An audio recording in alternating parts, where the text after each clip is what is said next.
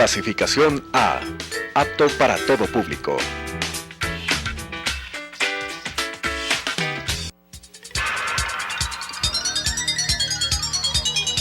Las opiniones vertidas en este espacio por la producción y dirección del programa son de exclusiva responsabilidad de sus autores y de quienes intervienen en ellos.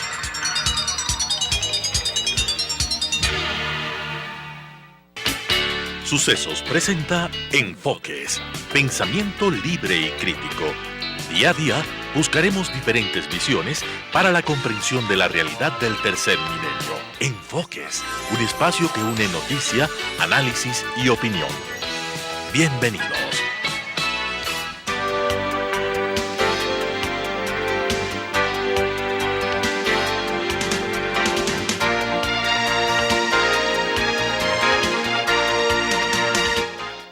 Gracias por estar con nosotros. Damos la bienvenida en este momento al ingeniero Roberto Aspellazu. Recordamos que él es director del Comité Empresarial Ecuatoriano, pero además es vocero de lo que significa la Asociación de Universidades Privadas del Ecuador. Roberto, ¿qué está ocurriendo en el país en este momento cuando vemos que las universidades hablan de que hay una presión por parte del Servicio de Rentas Interna? ¿Qué ocurre con las universidades que dan además el 46% de las plazas para los estudiantes de tercer nivel? En efecto, vamos por parte. En realidad nos hemos visto forzados a publicar una página en los diarios del país el domingo y el lunes pasado para manifestar nuestra inconformidad con el accionar del SRI, porque básicamente mediante una resolución viene cobrando impuesto a la renta sobre los fondos de contingencia o patrimoniales que tienen las universidades justamente para garantizar su buen funcionamiento y tener previsión en lo que tiene que ver con inversiones en mejora de infraestructura, de aulas, de laboratorios, de contratación de PhDs al tenor de la exigencia de la Ley Orgánica de Educación Superior, que lamentablemente no se ha podido cumplir.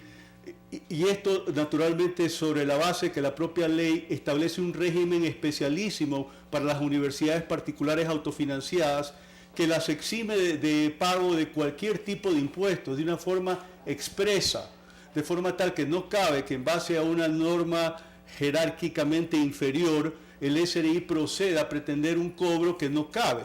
Justamente en los términos que tú estás manifestando, Claudia, mal o bien hoy por hoy las universidades particulares, tanto las cofinanciadas como las autofinanciadas, asumen el 46% de la matrícula a nivel nacional. Y eso supone de una manera u otra un alivio en términos de la demanda de matrícula para las universidades públicas en particular. Sí, porque si se habla de que más de 600.000 ecuatorianos quieren llegar a la universidad y no lo logran, ¿cómo entender lo que está pasando? Ahora, Roberto habla del tema impuesto a la renta sobre bienes patrimoniales de las universidades. ¿Qué carga significa para las universidades y cómo lograr conseguir que el SRI revea sus decisiones? Y además, por otra parte, a las universidades se les pide mucha inversión, desde laboratorios y una serie de espacios, para garantizar la calidad de educación. Eso es lo principal, es cómo podemos garantizar la calidad de la educación si no tenemos recursos. Porque no pueden ser vistos estos ahorros como una utilidad propiamente dicha, porque finalmente las universidades particulares autofinanciadas no tienen accionistas y no se reparten dividendos, de forma tal de que esos fondos finalmente son un ahorro a efectos de, como decía, programar una serie de inversiones que se tienen, que finalmente son las que garantizan precisamente la calidad de la educación, porque finalmente para estas universidades eso es lo que marca la diferencia en términos de atraer matrícula, de que los jóvenes ecuatorianos prefieran esta opción, aunque sea pagada, porque finalmente tienen la garantía o la seguridad de que les va a ofrecer una mayor calidad que las públicas o eventualmente las cofinanciadas. De manera tal que hay de por medio ahí un servicio público. Aparte que la ley establece que el 10% de la matrícula de las universidades particulares autofinanciadas tiene que corresponder a becas. Es decir, hay de por medio un subsidio importante que anualmente, considerando 2016, está calculado en unos 50 millones de dólares. Además hay que analizar entre becas también matrículas diferenciadas dependiendo de los ingresos de los padres de los estudiantes. Hay una serie de análisis que habría que ver cómo la Universidad Privada Ecuatoriana ayuda a mejorar la calidad de la educación y a permitir el acceso a la educación a miles de ecuatorianos. Es correcto, y en base a estos argumentos finalmente nosotros lo que queremos es abrir espacios de diálogo con las contrapartes gubernamentales, con el SRI naturalmente, con Cenecit y naturalmente con el propio presidente de la República, si fuera el caso, porque pensamos que nos asiste la razón y en esos términos es obvio que queremos encontrar una salida de una forma perentoria,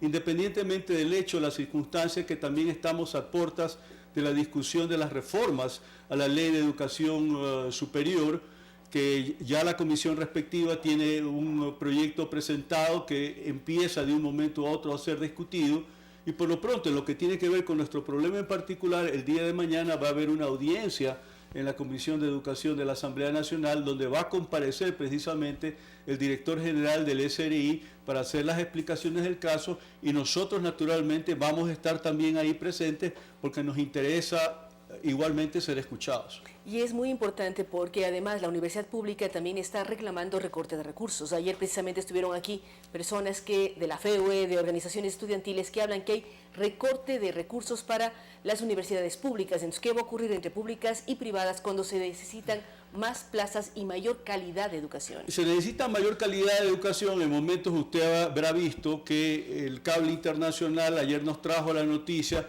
de que una de las más prestigiosas evaluadoras mundiales de la calidad de la educación superior, con sede en Londres, en el Reino Unido, en definitiva establece que entre las 1000 primeras universidades del mundo no aparece ninguna ecuatoriana, sí algunas de América Latina, en posiciones naturalmente relegadas, pero esto da señales de que finalmente estamos rezagados y que finalmente si queremos tener una educación de calidad requerimos invertir, ese es el punto. Entonces, si el SRI de una manera u otra priva a las universidades de sus fondos de gestión justamente para hacer inversiones requeridas para mejorar dicha calidad, obviamente estamos en un problema.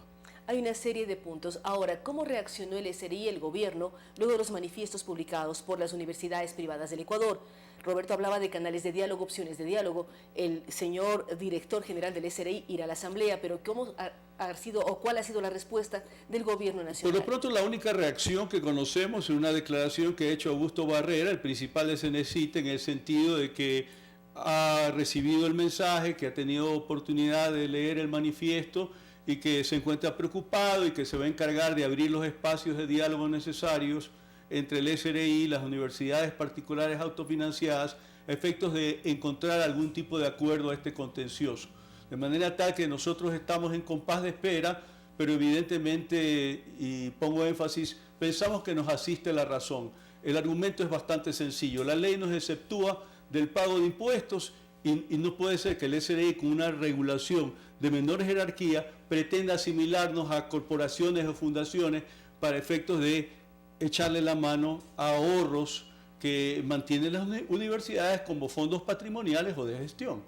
Es decir, hay una serie de puntos todavía pendientes. Por otra parte, Roberto Aspiazu tiene una amplia trayectoria como líder del comité empresarial, como periodista anteriormente, ha estado en varios espacios. Mañana va a presentar su libro en la Feria del Libro de Guayaquil, Crónicas de la Historia. ¿Por qué Roberto ahora decide convertirse también en cronista de la historia?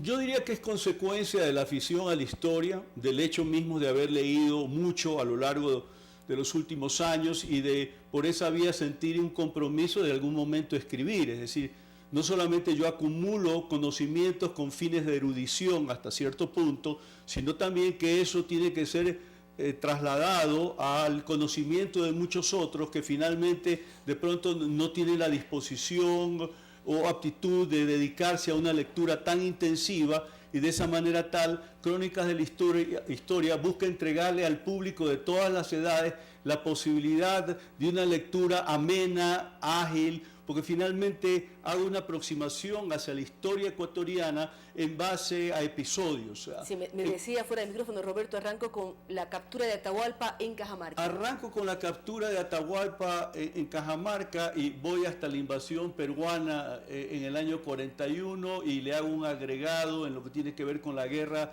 del Alto Cenepa, con lo cual cierro. He escogido las historias de una manera un tanto aleatoria, pero finalmente todas terminan interponiéndose y de manera secuencial le van dando al lector un conocimiento cabal cómo era el Ecuador en la época, en tiempos de la conquista, de la colonia, de la temprana república, la independencia, inicios del siglo XX, la Revolución Liberal, no solamente abordo hechos políticos, sino también económicos como el boom del cacao, el auge del banano.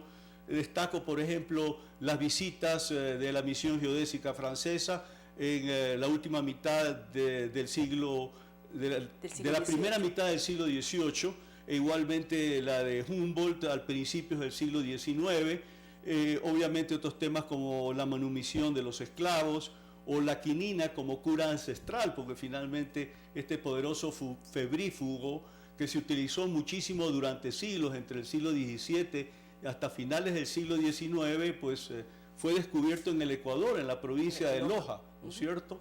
De manera tal que ahí también tuvimos que hacer una investigación con académicos lojanos que nos facilitaron información. Se lanza mañana en Guayaquil. ¿Cuándo en Quito y cómo lo podemos conseguir para aprender lo que dice Roberto de pasajes de la historia, pero lograr comprender un Ecuador de hace siglos, pero que también se proyecta ahora? Claro, y otra cuestión, también narro las historias desde una perspectiva anecdótica para tratar de hacerlo más ameno y de permitirle al lector tener un registro de memoria.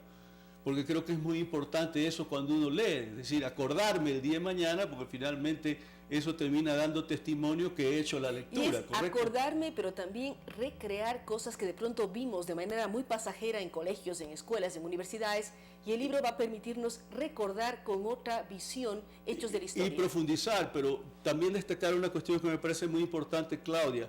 Yo me comprometo en el prólogo del libro a escribir una tríada, es decir, van a ser 3 libros dentro del mismo formato.